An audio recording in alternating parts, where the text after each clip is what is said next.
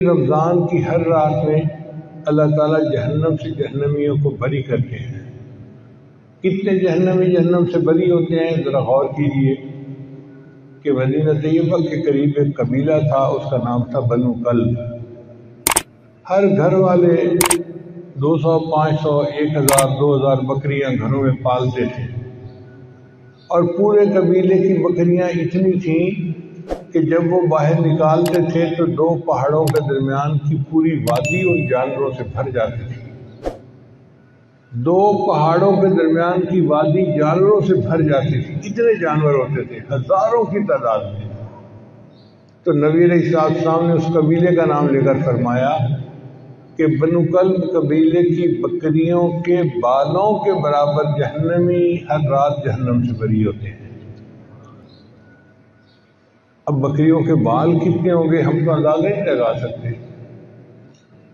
ہمارے ایک دوست تھے، وہ فارغ البال تھے، گنجے تھے۔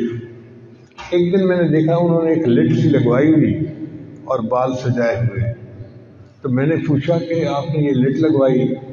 کہنے لگا جی میں نے بال ٹرانسپلانٹ کروائے ہیں۔ میں نے کہا بال ٹرانسپلانٹ کروائے ہیں تو پھر پورے کروا لیتے۔ کہنے لگے حضرت ایک بال کا $1 انہوں نے لیا ہے، اور میں نے $10,000 دے کر یہ 10,000 بال لگوائے ہیں، اور 10,000 بال پر اتنی سی لٹ نظر آتی تھی یوں۔ اس سے مجھے احساس ہوا کہ اگر اتنے سے بال 10,000 ہیں تو پورے سر کے بال کتنے ہوں گے، اور پھر اگر سر کے بال اتنے ہوتے ہیں تو ایک بکری کے جسم پہ بال کتنے ہوں گے؟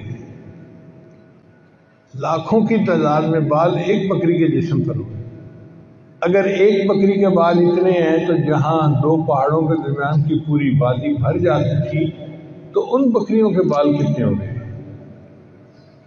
اس کا مطلب یہ ہے کہ معاملہ کروڑوں سے بھی اوپر کا ہے۔ اتنے جہنمی ہر رات جہنم سے بری کیے جاتے ہیں۔